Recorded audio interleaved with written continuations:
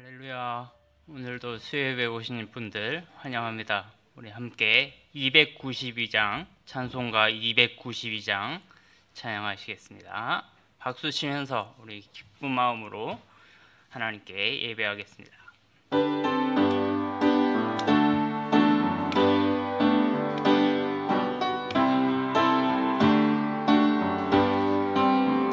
주 없이 살 수 없네 죄인의 구주여, 그 귀한 보배 피로 날 구속하소서. 구주의 사랑으로 흘리신 보혈이 내 소망 나의 위로 내 영광된 1절 다시 한번. 구 없이 살 수 없네 죄인의 구주여, 그 귀한 보배 피로 날 구속하소서. 구주의 사랑으로 흘리신 보혈이 내 소망 나의 위로 내 영광 됩니다. 주 없이 살 수 없네 나 혼자 못 서리.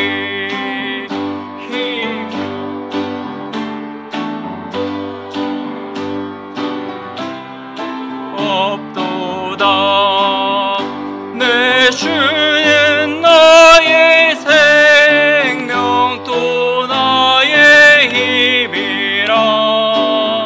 주님을 의지하여 지혜를 얻으리. 주 없이 살 수 없네 내 주는 아신다. 이 깊은 고독 성군의 음의 소원을 주밖에 나의 마음 위하라 주리요. 내 마음 위로하사 평온케 하시네. 주 없이 살 수 없네 세월이 흐르고 이 깊은 고독 속에 내 생명 끝나도 사나운 풍랑일 때 날 지켜주시니 내 곁에 계신 주님 늘 힘이 됨. 4절입니다. 주 없이 살 수 없네 세월이 흐르고 이 깊은 고독 속에 내 생명 끝나도 사나운 풍랑일 때 날 지켜주시니 내 곁에 계신 주님 늘이. 사나운 풍랑일 때 사나운 풍랑일 때 늘 지켜주시니 내 곁에 계신 주님 늘 힘이 됩니다.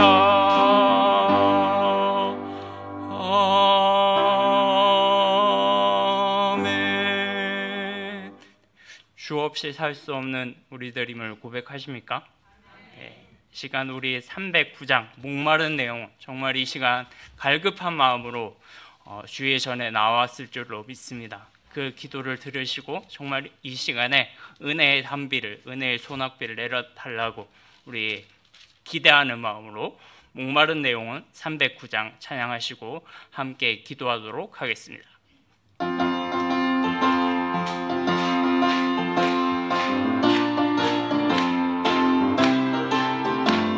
목마른 내 영혼 주가 이미 허락한 그 귀한 영생수 주여 갈망합니다. 그 약속 따라서 힘써 간구하오니 오 주여 내 기도 없어 들어주소서. 예수의 사랑 예수의 사랑 바다 물결같이 내게 임하니 영광의 물결에 온전히 쌓여서 내 영혼의 기쁨 한량없도다. 주 내게 약속한 금비 내려주시려 은혜의 저구름 건너편에 떠올라 그 귀한 징조가 내게 밝히 보이니 나 힘을 다하여 주께 간구합니다. 예수의 사랑 예수의 사랑 바다 물결같이 내게 임하니 영광의 물결에 온전히 쌓여서 내 영혼의 기쁨 한량없도다. 은혜의 소낙비 지금 흡족히 내려 구원의 큰 강물 흘러차고 넘쳐서 내 주와 모든 죄 모두 씻어버리니 나 힘은 은혜를 충만하게 받았네. 예수의 사랑 예수의 사랑 바다 물결같이 내게 임하니 영광의 물결에 온전히 쌓여서 내 영혼의 기쁨 할 은혜의 소낙비 은혜의 소낙비 지금 흡족히 내려 구원의 큰 강물 흘러차고 넘쳐서 내 주와 모든 죄 모두 씻어버리니 나 지금 은혜를 충만하게 받았네. 예수의 사랑 예수의 사랑 바다 물결같이 내게 임하니 영광의 물결에 온전히 쌓여서 내 영혼의 기쁨 할 그 차고 넘치는 주의 은혜의 물결 차게 밀려와 내게 만족합니다. 오 할렐루야로 주를 찬송하오니 내 마음의 기쁨이 항상 충만함이라. 예수의 사랑 예수의 사랑 바다 물결같이 내게 임하니 영광의 물결에 온전히 쌓여서 내 영혼의 기쁨 예수의 사랑 예수의 사랑 예수의 사랑 예수의 사랑 바다 물결같이 내 영광의 물결에 온전히 쌓여서 내 영혼의 기쁨 예수의 사랑 예수의 사랑 예수의 사랑 바다 물결같이 내게 임하니 영광의 물결에 온전히 쌓여서 내 영혼의 기쁨 한량없도다. 이 시간 우리 같이 드려질 예배를 위해서 기도하겠습니다. 이 시간 오지 않은 성도들 속히 이곳에 발걸음하여 주셔서 정말 우리의 마음이 하나님의 영으로 가득 채워지는 시간 될 수 있도록 은혜 내려달라고 기도하시고 이 코로나19가 속히 종식되어서 이제 치료제가 국내에 도입되었다고 오늘 뉴스에서 봤는데 하루속히 백신도 개발되어서 이제 더 이상 코로나19가 온 세계를 뒤덮지 않도록 주께서 막아달라고 권능의 손으로 주님께서 보호하여 달라고 기도하시고 그래서 온 교회가 모든 예배가 회복될 수 있도록 간절한 마음으로 기도하시고 또 우리의 날씨가 점점 무더워지고 있는데 연세 드신 권사님들, 집사님들 또 성도들의 모든 가정 가운데 이 7월 한 달 하나님을 더 경외하고 예배하는 그런 복된 가정이 되게 해달라고 우리 성도들의 각 가정을 위해서 주여 한번 외치고 기도하겠습니다. 기도하겠습니다. 주여, 거룩하신 하나님 아버지, 은혜를 감사합니다. 이 시간 저희들에게 예배할 수 있는 능력과 힘을 주시고 하나님의 영광 가운데 우리를 복종하게 하여 주시니 감사합니다. 우리는 오직 주의 말씀을 들고 서 있는 주의 종들이오니 이 시간 말씀하옵소서. 주의 종이 듣겠나이다. 이 시간 말씀하옵소서. 주의 종이 듣겠나이다. 우리의 마음을 열어주시고 은혜의 당비가 가득 채워지는 복된 성도의 교제가 이루어질 수 있는 복된 말씀의 잔치가 될 수 있도록 이 시간을 사용하여 주시옵소서.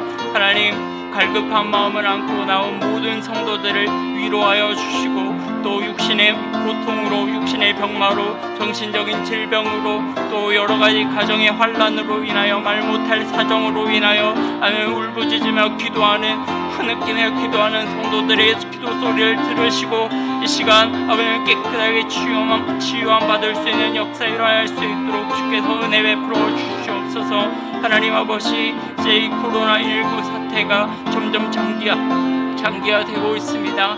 이제 치료제가 개발되고 국내에 도입되었다고 합니다. 속히 백신도 개발되어서 이제 더 이상 모든 사람들이, 전 세계인들이 이 코로나19로 인해 더 이상 고통받지 않고 완전히 자유할 수 있도록 주께서 보호하여 주시고 깨끗하게 해방시켜 주시옵소서. 하나님 아버지, 우리 모든 성도들의 가정마다 주의 은혜가 넘치기를 소망합니다. 이 7월 한 달도 주께서 주신 은혜로 승리하게 하시고 여호와 하나님만을 경외하는 것이 지혜의 근본이라는 것을 알고 그분께 더 가까이 나아갈 수 있는 복된 한 달이 될 수 있도록 주여 은혜를 베풀어 주시옵소서.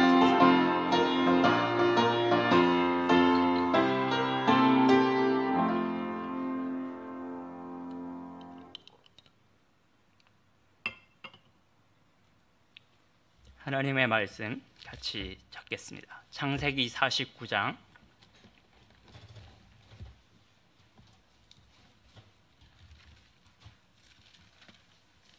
창세기 49장 5절에서 7절까지 말씀 보겠습니다.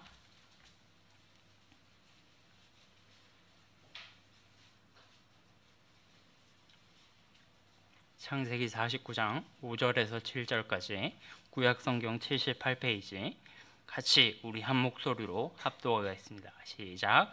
시므온과 레위는 형제요, 그들의 칼은 폭력의 도구로다. 내 호나 그들의 모의에 상관하지 말지어다. 내 영광아 그들의 집회에 참여하지 말지어다. 그들이 그들의 분노대로 사람을 죽이고 그들의 혈기대로 소의 발목 힘줄을 끊었음이로다. 그 노여움이 혹독하니 저주를 받을 것이요 분기가 맹렬하니 저주를 받을 것이라. 그들을 야곱 중에서 나누며 이스라엘 중에서 흩으리로다. 아멘. 네, 말씀 듣기 전에 예물 봉헌하겠습니다. 김미라 집사님 감사 예물 드렸습니다. 박진영 형제 주님 은혜 감사합니다. 감사 예물 드렸습니다. 기도하겠습니다. 살아계신 하나님 아버지, 우리 귀한 집사님 가정에서 또 이렇게 감사 예물로 드립니다. 주께서 이 선한 향기를 받아 주옵시고 이 가정이 주 안에서 더 믿음 안에서 더 든든하게 서가는 가정 될 수 있도록 축복하여 주시옵소서. 감사드리옵고 예수 그리스도의 이름으로 기도합나이다. 아멘. 이번 주에 굉장히 많이 강단에 서는 것 같아요. 감사합니다. 부족한 종에게 또 이렇게 말씀을 전할 수 있는 기회를 허락하셔서 오늘 우리가 읽은 49장 창세기를 제가 감히 설교합니다. 그래서 일부러 뒤편에 골랐어요. 목사님께서 49장 하실 때쯤에 아마 다 까먹을 거다. 오늘 제가 설교한 거 확신을 가지고 뒤편에 있는 말씀을 골랐습니다. 49장의 이 말씀은 야곱이 아주 파란만장했던 그 인생을 마치면서 마지막 눈을 감기 전에 자기의 12아들들을 다 불러놓고 유언한 내용입니다. 유언이라고 이제 거기 성경 제목에는 되어 있는데 유언이라기보다는 사실 예언에 가까워요. 유언하면서 오늘 읽은 시몬 레위를 막 저주하잖아요. 유언하면서 아버지가 아들을 저주한다. 이렇게 좀 안 맞잖아요. 약간 이거는 예언의 성격이 더 가깝습니다. 이게 사실은 이 뒤편에 보면 이제 출애굽기, 민수기 이렇게 쭉 가다 보면 이 예언이 얼마나 성취되고 있는지, 그리고 여호수아가 가나안 땅을 정복하면서 이스라엘 지파에게 그 땅을 분배할 때 이 예언들이 얼마나 정확하게 성취됐는지를 보여주는 야곱의 예언입니다. 하나님의 계시를 받아서 하나님 아주 성령에 감동되어서 자기의 12아들들에게 그들의 운명뿐만이 아니라 12아들의 운명뿐만이 아니라 앞으로 이들을 통해서 세워질 이스라엘 12지파의 운명이 어떠할 거라는 것을 그 야곱이 미리 내다보고 예언을 한 거라고 할 수 있겠죠. 오늘 49장에 12아들들의 예언이 다 나와 있는데 시간상 다 살펴볼 수는 없고, 시몬, 레위, 유다까지 제가 살펴보려고 했는데 원래는 유다까지 살펴보기에도 시간이 좀 촉박한 것 같아요. 너무 오래 끌 것 같아서 시몬과 레위 이 두 사람만 오늘 살펴보겠습니다. 시몬과 레위에 대한 기록은 다 저주예요. 칭찬이 하나도 없습니다. 그들은 형제인데 시몬과 레위 빼고는 다 각각의 지파를 축복하거든요. 근데 시몬과 레위는 한 쌍으로 묶어서 저주를 내리죠. 폭력의 도구다. 그들의 형제인데 폭력의 도구다. 그래서 내 영혼아 그들의 모의에 상관하지 말지어다. 내 영광아 그들의 집회에 참여하지 말지어다. 아주 이런 무서운 저주를 내립니다. 이렇게 야곱이 이 아들을 저주한, 시몬과 레위 지파를 저주한 이유는 무엇입니까? 6절 하반절에 나와 있죠. 그들이 분노대로 사람을 죽이고 그들의 혈기대로 소의 힘줄을 끊었습니다. 이 말씀을 딱 보는 순간 뭐 기억나는 거 없습니까? 기억나는 사건. 창세기 34장에 있는 디나의 사건. 디나가 세겜에 놀러 갔다가 세겜성에서 그 세겜의 딸들을 보러 나갔다가 세겜에서 그 추장 세겜에게 욕을 당하는 그런 사건이 있었죠. 헷갈리시면 안 돼요. 그 세겜이라는 지역하고 그곳의 추장 아들의 이름도 세겜입니다. 그래서 안산시 상록구에서 태어났는데 자기 아들의 이름을 상록이라고 지은 거예요. 그렇게 이해하시면 될 것 같습니다. 지명 이름도 세겜이고 그 추장 아들의 이름도 세겜이에요. 세겜에게 욕을 당하는 그 장면이 기록되어 있죠. 그래서 시몬과 레위, 다말의 친오빠죠. 다말이 아니고 디나의 친오빠죠. 그 디나의 친오빠인 시몬과 레위가 한밤중에 칼을 들고 아주 잔혹하게 세겜 성읍 사람들을 도륙하는 내용이 34장에 나와 있습니다. 그 전에 이 두 사람이 꾀를 내죠. 원래 세겜이 이 디나를 굉장히 갖고 싶어 했어요. 디나에게 굉장히 반해가지고 그 야곱에게 협상을 하러 왔죠. 이 딸을 나한테 주시오라고 했을 때 야곱은 우유부단하게 되게 행동해요. 그때 그 시몬과 레위가 꾀를 짜고 그 형제들과 꾀를 짜고 만약에 우리 누이를 갖고 싶으면 다 할례를 받아라 라고 말을 합니다. 그래서 근데 놀랍게도 이 세겜성의 사람들이 모든 성읍 사람들이 할례를 받아라고 말했어요. 그래서 근데 이 세겜 성읍 사람들이 우리가 다 할례를 받겠다 오케이 했거든요. 이제 그들의 반응이 아주 순순히 할례를 받겠다라고 한 거예요. 사실 할례는 하나님의 언약의 표징인데 아주 거룩한 예식인데 사실 그런 걸 의미도 뭣도 모르고 그냥 디나를 얻고 싶다는 생각에 디나의 그 세겜의 모든 성읍 사람들이 할례를 받겠다고 한 겁니다. 할례를 받으면 3일째가 제일 고통스럽다고 해요. 제일 고통스러운데 그 3일째 되는 한밤중에 시몬과 레위가 칼을 빼고 칼을 차고 이 성읍으로 들어가서 그 성읍에 있는 남자들을 다 죽입니다. 아마 제 생각에 이 시몬과 레위만 기록되어 있는데 아마 두 사람이 이 세겜 성읍 전체의 사람을 도륙하기에는 좀 체력적으로 딸렸을 거예요. 그래서 아마 그 신복들도 다 끌고 가지 않았을까. 그 대표적으로 두 사람이 지도자가 되어가지고 이 세겜 성읍의 사람들을 다 도륙했습니다. 이게 얼마나 야곱의 마음에 분노를 일으켰는지 야곱이 가만히 마음에 담아두고 있었어요. 야곱은 원래 이게 되게 마음에 분노를 담아두는 걸 되게 좋아합니다. 워낙에 사람에게 트라우마를 많이 받다 보니까 이렇게 마음에 담아두었다가 34장에서는 마음에 담아두었다가 여기 한참 세월이 지나고 나서 49장에서 빵 터트리죠. 그때 이 시몬과 레위가 할례를 받아라. 할례를 받으면 우리 딸을 주겠다. 그 하나님의 거룩한 언약의 표징을 자기 자신들의 복수심의 도구로 이용했습니다. 사실 이거는 굉장히 악한 거예요. 하나님의 말씀을 자기의 이기심을 실현시키기 위한, 자기의 복수심을 실현시키기 위한, 자기의 야망을 충족시키기 위한 그런 도구로 사용했다는 것은 어떤 방법으로든지 아주 악한 행위입니다. 그거는 하나님의 말씀은 사람을 살리고 그들에게 평화를 베풀고 정말로 위로를 주고 이러라고 하나님의 말씀이 있는 건데, 게다가 이 할례라는 것은 정말로 하나님의 거룩한 백성으로서 구별되어서 정말 우리가 이 세상 가운데 가장 뛰어난, 하나님께서 우리를 이 민족 가운데 가장 뛰어난 민족이 되게 하실 것이다라는 그 약속의 말씀을 믿고 우리가 할례를 받는 건데, 그 할례를 가지고 자기의 복수심을 위해 장난을 쳤다는 것은 상상할 수 없는 큰 죄악입니다.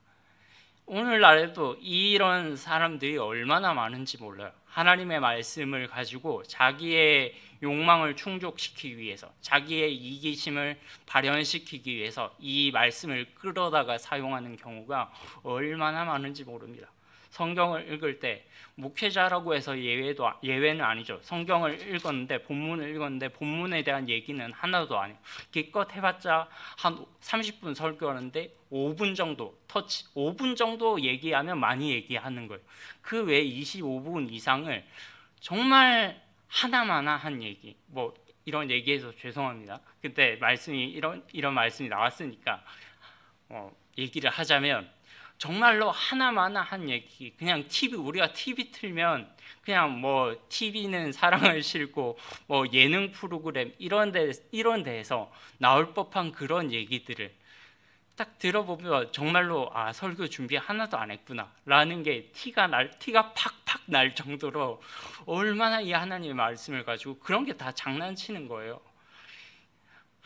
목사는 하나님께서 세우신 거룩한 직분이고, 그를 통해서 하나님의 말씀을 대언하게 하시고, 또 그를 통해서 성도들이 하나님의 말씀으로 위로를 받게 하시고 영생의 꼴을 얻게 하시려고 목사를 주셨는데, 그 목사가 하나님의 말씀으로 장난을 친다면, 본문에 기록되어 있지 않는 말씀을 가지고 뭘 하나만한 얘기를 가지고 엿가락 길게 늘어뜨리듯이 그렇게 많이 설교를 한다면, 그 앉아있는 성도들에게는 그 시간이 고문과 다름이 없습니다. 그건 정말로 악한 행위예요. 제가 그런 목회자가 되지 않도록 여러분들이 기도해 주시기 바랍니다. 그리고 이 한국 교회를 위해서 한국 교회 목회자들이 정말로 하나님의 말씀으로 바로 설 수 있도록 기도해 주셨으면 좋겠습니다. 이 평신도들도 마찬가지예요. 제자 훈련 우리가 받잖아요. 제자 훈련 같은 거. 제자 훈련을 받으면 굉장히 빡시게 우리가 훈련을 받죠. 말씀에 대해서 우리가 갈급한 마음에 충족이 될 때도 있고, 정말 담비와 같은 말씀을 듣고 또 감격할 때도 있어요. 근데 그 말씀을 가지고 문제는 사람을 살리고 영혼을 얻고 정말로 마음이 공고한 자들에게, 심령이 가난한 자들에게 위로를 베푸는데 우리가 사용을 해야 되는데, 자기의 어떤 욕망의 실현을 위해서 그 배운 자기가 제자 훈련한 그 말씀들을 사용하는 경우가 있어요. 교회에서 한 자리 차지하기 위해서 또 이렇게 여러 사람들에게 인정받아서 나의 어떤 교회 안에서의 나의 인지도 뭐 이런 것들을 높이기 위해서 아주 세상적인 방식으로 이런 교회 훈련에 임하는 분들도 조금 있다고 들었습니다. 네. 정말 우리가 이런 것들을 조심해야 돼요. 하나님의 말씀은 하나님의 말씀으로 그 자체로 우리가 충분하다는 확신을 가지고 말씀을 전할 때도 이 본문에 기록되어 있는 이 말씀 자체가 읽는 우리의 마음을 터치해서 이 말씀 자체가 이 죽어 있는 이 종이 쪼가리에 죽어 있는 말씀이 아니라 이 말씀이 우리의 마음속으로 튀어나와서 우리의 마음에 박히고 그 말씀이 우리의 삶을 변화시키고 그것에 대한 확신을 가지고 우리가 말씀을 읽고 또 훈련을 받고 정말 직분자가 되었을 때 그 말씀으로 우리가 사람을 살릴 수 있습니다. 근데 그런 것들이 되지 않으면 할례라는 거룩한 하나님의 백성의 상징을 받고도 정말 하나님의 말씀에 우리가 매일매일 노출되는 삶을 살고도 사람을 죽이는 것밖에 사용하지 않는 도구로 이용할 때가 있습니다. 그거는 정말로 우리가 회개하고 또 그런 사람들이 있다면 정말로 가까운 사람들이라면 그렇게 하지 말라라고 권면하고 그렇게 해서는 안 된다라고 교회에 대해서 함부로 말하는 사람이 있으면 정말로 그 영혼을 사랑한다면 그렇게 해서는 안 된다라고 간곡하게 말하고 또 그 사람이 하나님의 은혜에서 멀어지지 않도록 우리가 기도해 주는 것이 필요합니다. 이런 마음으로 이런 하나님의 은혜로 충만하여져서 정말 우리는 하나님의 말씀을 가지고 사람을 살리고 그들의 영혼을 구하고 더 넓은 하나님의 나라를 확장하기 위해서 이 말씀을 사용하는 복된 성도들이 되시기를 주님의 이름으로 축원합니다. 레위에 대해서 시몬과 레위를 이제 살펴보면요, 시몬과 레위에 대해서 저주를 하죠. 이 디나 사건으로 인해서 야곱이 이들의 모의에 상관하지 마라. 이들은 이스라엘 지파 중에서 흩어질 것이다 라고 예언합니다. 7절 말씀에 보면 그 노염이 혹독하니 저주를 받을 것이요 분기가 맹렬하니 저주를 받을 것이라. 내가 그들을 야곱 중에서 나누며 이스라엘 중에서 흩어지리라. 이게 어디에서 성취가 되냐면 시므온 지파 같은 경우에 민수기 1장에서 성취가 되거든요. 민수기 1장에 보면 인구 조사를 하는 장면이 나와요. 그 모세가 이제 시내 광야에 들어가서 하나님의 명령대로 인구 조사를 첫 번째 인구 조사를 하는 장면이 민수기 1장에 나옵니다. 그때 시므온 지파의 수가 59,300명이라고 나오거든요. 적지 않은 수예요. 많은 수예요. 근데 민수기 26장에 보면 두 번째로 인구 조사를 한 내용이 나오는데 이때 인구 조사를 했을 때 시므온 지파의 수가 얼마냐? 22,200명입니다. 이거는 민수기 1장은 출애굽 1세대를 대상으로 인구 조사를 한 거고 민수기 26장은 출애굽 2세대 하나님께서 어디죠? 12정탐꾼 여리고 12정탐꾼의 갈렙과 여호수아 외에 열 지파가 부정적인 말을 하는 소리를 듣고 하나님께서 너희들은 광야에서 40년 동안 헤매게 될 것이다 라고 하면서 출애굽 1세대는 다 죽을 것이다 라고 말씀하시죠. 그리고 26장 민수기 26장에 가면 모세에게 하나님께서 명령하시기를 이 출애굽 광야 땅에서 태어난 2세대 후손들을 대상으로 다시 한번 인구 조사를 하라고 하시는 명령이 나오는데 그때 시므온 지파의 인구수가 22,200명이 확 줄었죠. 59,300명에서 22,200명으로 확 줄었어요. 그리고 이들은 이후에도 계속 줄어들어요. 이후에도 계속 줄어들다가 여호수아 19장 1절에서 9절 말씀에 보면 유다 지파에게로 아예 통합이 됩니다. 아예 지파가 흔적을 찾기가 어려울 정도로 주도적인 활약을 전혀 못해요. 명맥만 유지하고 있을 뿐이지 완전히 유다 지파 아래로 복속이 되는 그런 처지에 빠지게 됩니다. 야곱의 예언이 성취된 것이죠. 레위 지파는 어떻죠? 레위 지파 사람들은 아예 땅 자체가 없어요. 여호수아 21장에 보면 레위 지파는 이스라엘 전역이 흩어져서 다른 사람들이 레위 지파를 위해서 내준 48개의 성읍이 있거든요. 거기에서 흩어져서 살도록 되어 있어요. 1차적으로 이 명령도 여기 창세기 49장에 나오는 5절에서 7절에 나오는 말씀의 성취라고 할 수 있습니다. 근데 이제 여기서 핵심이에요. 근데 이 둘의 운명이 갑자기 달라지기 시작해요. 똑같이 야곱의 이 예언이 이스라엘 중에서 흩어질 것이다 라는 말씀이 1차적으로 성취가 됐는데, 좀 뒤에 가보면 이들의 운명이 완전히 180도로 달라지기 시작합니다. 시므온 지파는 그대로 가서 여호수아 19장에서 아까 유다 지파에게로 복속이 되는, 아예 병합이 되는 그런 처지가 되어버리고, 레위 지파는 어떻게 되냐면 완전히 회복이 되는 역사가 일어나요. 그 사건의 배경이 되는 말씀이 출애굽기 32장입니다. 우리 이렇게 말씀은 같이 찾아보는 게 좋으니까 출애굽기 32장 한번 찾아볼까요? 출애굽기 32장 26절에서 29절 같이 찾아서 읽어보겠습니다.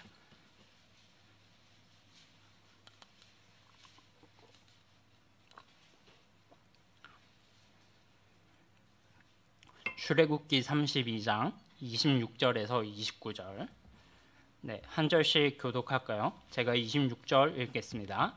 이에 모세가 진문에 서서 이르되 누구든지 여호와의 편에 서 있는 자는 내게로 나오라 하며 레위 자손이 다 모여 그에게로 가는지라.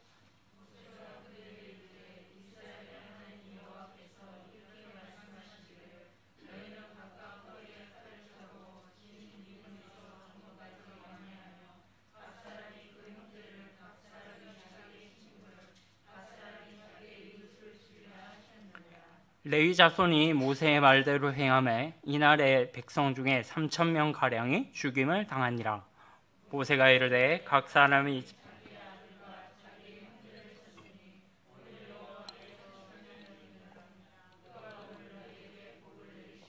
아멘. 무슨 지금 대단한 사건이 일어나고 있어요. 출애굽기 32장은 전체가 무슨 내용인지 혹시 아시나요?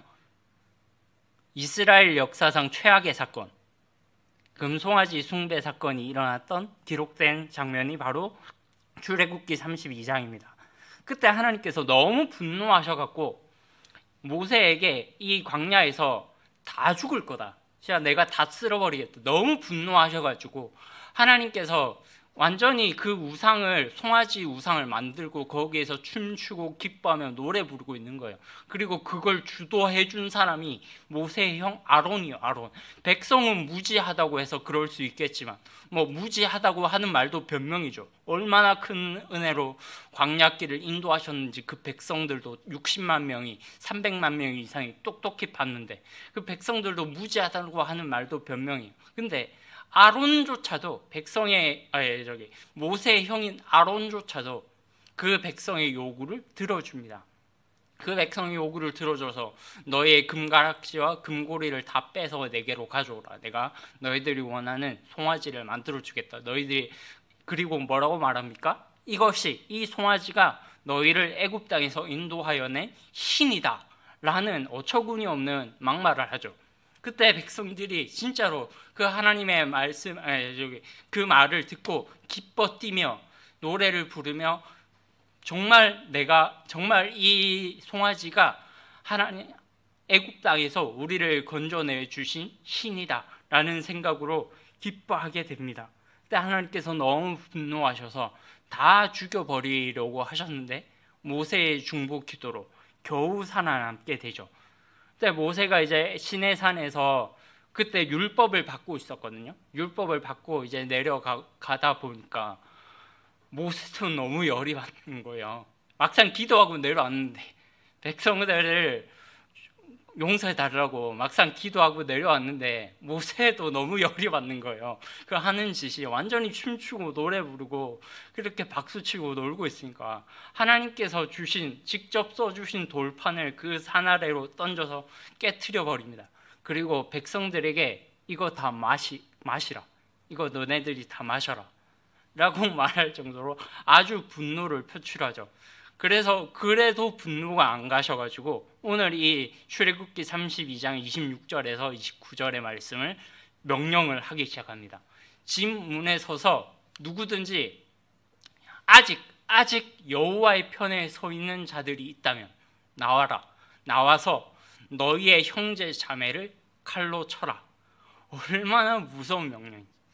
사실 굉장히 이 하나님의 말씀 앞에서 하나님의 말씀이 얼마나 단호한지를 보여주는 한 단면이죠. 형제 자매를 칼로 치래요. 하나님의 말씀을 어겼다고. 하나님께서 가장 싫어하시는 우상 숭배를 했기 때문에 형제 자매를 칼로 쳐라. 하나님의 말씀이 얼마나 절대적이고 얼마나 단호하며 얼마나 비타협적인지를 보여주는, 아주 단호하게 보여주는 한 단면이죠. 그때 레위 자손이 나섭니다. 레위 자손이 진문에서 나서가지고 다 각기 칼을 차고 이쪽 끝에서 저쪽 끝까지 왔다 갔다 하면서 진짜 칼로 자기의 형제들을 치는 거예요. 좋았겠습니까? 즐거웠겠습니까? 자기 형제들을 죽이고 있는데 막 입가에 미소를 지으면서 죽였겠습니까? 완전 사이코패스죠. 그러면 정말 눈물 범벅이 된 채로, 정말 완전히 눈물이 앞을 가리는 채로 자기의 형제들을 이쪽 끝에서 저쪽까지 왔다 갔다 하면서 죽였을 거예요. 그때 그 행동을 보고 모세가 어떻게 말하냐면, 너희들이 오늘 하나님께 헌신했다. 너희들이 오늘 하나님께 헌신하였으므로 주께서 복을 내리실 것이다 라고 말씀합니다. 이게 레위 지파가 다시 하나님께 속한 제사장 지파로 회복되어질 수 있었던 결정적인 배경입니다. 레위와 그의 후손들의 운명을 바꿨어요. 이 사건 때문에 야곱의 저주가 축복으로 바뀌게 되었죠. 이 사건 때문에 저주와 절망 가운데 죽을 수밖에 없었던 지파가 영광스럽게 다시 회복되었습니다. 이제 더 이상 그들은 아까 여호수아 19장에 나와 있던 것처럼 48성읍에 이스라엘 전역이 흩어진 이유가 야곱의 저주 때문이 아니라 왜 흩어졌다고요? 하나님이 그들의 기업이 되시기 때문이다. 야곱은 저주의 내용으로 이들이 이스라엘 중에서 흩어질 것이다 라고 말했는데, 그 저주의 내용이 이제는 축복의 내용으로 바뀌어요. 똑같이 흩어졌어요. 레위 지파는 제사장 지파로 흩어졌어요. 각 성읍의 제사장의 판결을 담당하는 그런 지파로 흩어졌습니다. 근데 그들에게는 여전히 땅도 없었죠. 기업이 없었습니다. 근데 그 내용이 이제 더 이상 야곱의 저주의 시련이 아니라 하나님께서 그들의 기업이 되시기 때문에 흩어진 거예요. 그 축복으로 완전히 회복된 겁니다. 이 레위 지파의 이야기가 오늘날 우리에게 주는 교훈은 동일합니다. 하나님께 돌아오는 자는 회복된다. 하나님께 돌아오는 자는 회복된다. 돈과 명예에 아무리 내 눈과 마음을 뺏기고 또 내 모든 걸 내가 더 이상 하나님 앞에 돌아갈 수 없을 정도로 타락했다 할지라도 하나님께 다시 눈을 들어서 그분을 바라보는 순간 회복이 시작되는 거예요. 그걸 대표적으로 보여주는 예가 누가복음 15장에 나와 있는 탕자의 비유죠. 탕자가 정말로 아버지께 유산을 달라고 해요. 아버지가 살아있는데 유산을 달라고 하는 건 그 당시 시대 관습상 정말로, 죄송합니다, 이렇게 불편한 표현을 종종 써서 정말 아버지가 살아있는데 그 당시에 아버지에게 유산을 다 주세요. 내가 아버지랑 이제 안 보고 절연하고 살겠습니다. 이러는 건 정말로 호로자식입니다. 어떤 욕을 해도, 어떤 욕을 먹어도 싼 그런 행동을 지금 둘째 아들이 한 거예요. 아버지가 멀쩡히 살아계신데 아직 정정하게. 근데 먼 나라에 갔어요. 먼 나라에 갔다는 건 아버지를 더 이상 안 보겠다는 의지죠. 아버지랑 더 이상 절연하겠다는 의지입니다. 내 뜻과 내 야망과 내 의지대로 살 테니까 이제 더 이상 누구도 나를 건드리지 마라. 그런 의지의 표현이 먼 나라로 가는 거예요. 근데 그 먼 나라에 가서 완전히 자기의 욕망대로 허랑방탕하게 그 재물을 사용하기 시작합니다. 그 재물을 사용할 때는 몰랐는데 아주 즐거웠겠죠.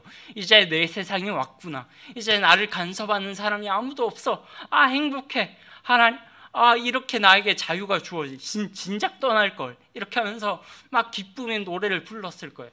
허랑방탕하게 그 돈을 낭비하고 난 다음에 이제는 아무것도 남은 게 없어요. 아무것도 남은 게 없어서 이스라엘 사람들이 가장 치욕적으로 생각하는 돼지치는 사람에게 가가지고 빌부터 살기 시작합니다. 근데 그 사람이 돼지가 먹는 열매조차도 그 둘째 아들에게 안 주는 거예요. 얼마나 그 상황이 비참한 나락으로 떨어졌는지 알겠죠. 그제서야 둘째 아들이 아버지의 집을 생각하는 거예요. 아버지의 집을 생각하면서 문득 아버지의 집을 생각하면서 아버지의 집에는 품꾼들과 정말로 풍족한 양식들이 얼마나 많은가. 내가 여기서 줄여 죽는구나. 이렇게 생각했으면 끝났을 텐데 그냥 내가 아버지께 더 반전은 뭐예요? 내가 아버지께 돌아가야겠다. 내가 아버지께 돌아가야겠다. 그 생각이 반전을 일으켜놨어요. 내가 정말로 이 꼴로 아버지를 뵐 수가 있을까?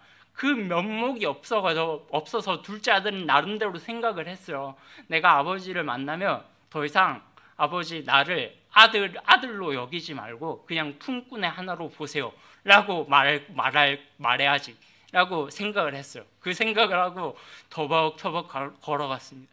아버지가 저 멀리서 정말 아버지는 금방 아들을 알아보죠. 아무리 거짓골로 하고 와도 갈 때는 얼마나 귀족적이고 귀티나는 옷 입고 갔겠습니까? 근데 올 때는 정말 거짓골을 하고 아버지께로 터벅터벅 걸어오는 저 멀리서 걸어오는 그 아들의 모습이 보이는 거예요. 근데 아버지는 금방 알아보죠. 그리고 달려갑니다. 달려가서 목을 안고 입을 맞추고 살찐 송아지를 잡아라. 내가 오늘 죽었다가 다시 살아난 이 아들을 위해서 즐길 거다. 아들이 너무 황송해가지고 아버지 이제 더 이상 저를 아들로 여기지 말고 품꾼의 하나로 보시옵소서라고 종이 하는 말투로 아버지에게 그렇게 용서를 빕니다. 아니 용서를 비는 게 아니죠. 그냥 나를 노예로 여겨주세요라고 이렇게 무릎을 꿇고 그렇게 하는데 아버지가 무슨 소리냐고 금가락지를 끼고 제일 좋은 신을 신기고 송아지를 잡아다가 잔치를 베풀며 그 둘째 아들을 회복시킵니다. 이게 하나님의 마음이 돌아온 자에게 아무리 큰 죄를 지은 자라 할지라도 이제 더 이상 내 스스로 내가 생각할 때도 너무 부끄럽고 너무 다른 사람들에게 말하기 민망해서 감히 하나님께 나를 용서해 달라라고 나를 불쌍히 여겨 주시옵소서라고 말할 수조차 없는 내가 스스로 생각해도 그렇게 부끄러운 상황에 처해 있다 할지라도 눈을 들어 예수 그리스도의 십자가를 바라보십시오. 하나님을 바라보십시오. 그리고 그분 앞에 나오세요. 그러면 우리의 모든 짐이 벗겨지고 다시 아들의 존귀와 영광을 우리 주님께서 허락하실 것입니다. 다 회복될 것이고 그래서 이 하나님의 온유하신 성품, 하나님의 신실하신 성품 이것만이 우리의 믿음의 대상이에요. 이게 우리의 믿음의 가장 근본적인 원천입니다. 나의 행위가 아니라 내가 어떤 하루하루 무슨 행동을 하고 살까? 내가 이런 행동을 하면 하나님께서 어여삐 여겨주실까? 내가 이렇게 행동을 하면 하나님께서 좋아하시겠지? 이런 생각이 내 믿음을 발전시키고 내 믿음을 성장시킬 수 있는 그런 요인이 아니에요. 물론 성장을 시킬 수 있죠. 근데 가장 근본적인 원천이 되어야 되는 게 뭐냐면 하나님은 나를 아들로 삼아주시고 내가 가장 비천한 자리에 있다 할지라도 다시 나를 일으켜 주시고 나를 다시 회복시켜 주실 것이다 라는 하나님의 그 신실하신 아버지 되심의 성품, 그것이 우리의 가슴속 깊이 아주 단단하게 뿌리박고 있어야 우리의 신앙이 자칫 무너진다 할지라도, 우리가 세상을 살아가다가 자칫 돌뿌리에 걸려서 자칫 장애물에 넘어져서 피가 나고 살이 찢기고 이런 처지에 있다 할지라도 주님께 돌아왔을 때 얼마든지 그분은 우리의 상처를 닦아주실 것이고 다시 싸매어 주실 것이고, 신발이 다 헐어버렸으면 좋은 실 내서 신겨주실 것이고, 옷이 거지 옷같이 다 떨어지고 해졌으면 왕의 의복으로 갈아입혀 주실 것이고, 아들의 존귀와 영광을 상징하는 금가락지를 끼워 주실 것이고, 왕의 자녀들이 입는 존귀한 의복을 우리에게 다시 허락해 주실 것입니다. 이것이 회복이, 이 회복이 우리 모든 성도들에게 있기를 바랍니다. 어떤 상황 가운데, 지금 어떤 상황 가운데 처해 있든지 다시 일어나서 주님을 보세요. 어떤 상황 가운데 있든지 다시 일어나서 하나님의 성전 앞으로 나올 때, 우리 주 예수 그리스도의 십자가를 바라볼 때, 기존에 하나님을 예배하고 하나님께 영광 돌렸던 사람들은 그 마음이 더 부유해지고 더 풍성해질 것이고, 그 마음에 공고한 자들, 아주 비통에 섞여 있어서 아주 가난한 심령은 하늘의 위로가 폭포수와 같이 쏟아질 것이고, 죄로 인해서 내 영혼이 완전히 밑바닥까지 떨어질 것 같은 영혼들은 하나님께 다가왔을 때, 하나님께 돌아왔을 때 우리의 모든 그 응어리진 짐들이 벗겨지는 역사가 일어날 것입니다. 매일매일 우리가 이 은혜의 선순환을 경험하는 하나님의 존귀한 자녀들이 되시기를 주님의 이름으로 축원합니다. 살아계신 하나님 아버지, 은혜를 감사합니다. 주께서 우리를 존귀히 여기시고 하나님의 자녀로 택하여 주셔서 지금까지 인도하여 주신 은혜를 감사합니다. 우리가 시므온과 레위의 이 저주의 예언을 보면서 한 명은 그 저주 그대로 남았고 한 명은 저주의 예언에서 완전히 축복의 예언으로 바뀌는 역사를 우리가 보게 되었습니다. 주님께 돌아왔을 때 하나님께 우리의 가난한 심령을 구하고 다시금 하나님께 충성했을 때, 그분 한 분만을 나의 주님으로 알고 완전히 마음을 돌이켰을 때, 내가 어떤 상황 가운데 있든지 어떤 처지 속에 있든지 나를 불구덩이 속에서 끄집어내시는 여호와 하나님을 신뢰하는 마음으로 나아갑니다. 우리를 불쌍히 여겨주시고 회복시켜 주시고 우리의 몸과 마음이 완전히 하나님 앞에, 주님의 제단 앞에 바쳐질 수 있도록 주께서 사용하여 주시옵소서. 이제는 우리 주 예수 그리스도의 은혜와 하나님의 사랑과 성령의 감화, 감동, 교통하심의 역사가 하나님의 자녀로서의 존귀한 정체성을 가지고 주님의 마음을 아프게 하지 않고 그 신실하신 주님 앞에 날마다 나의 연약함을 아뢰고 그 안에서 살아가기를 소망하는 모든 성도들의 머리 위에, 우리의 성도들의 가정 위에, 또 그들의 산업과 또 그들의 직장과 모든 그들의 발걸음 마디 위에 이제로부터 영원 무궁토록 함께 있을지어다.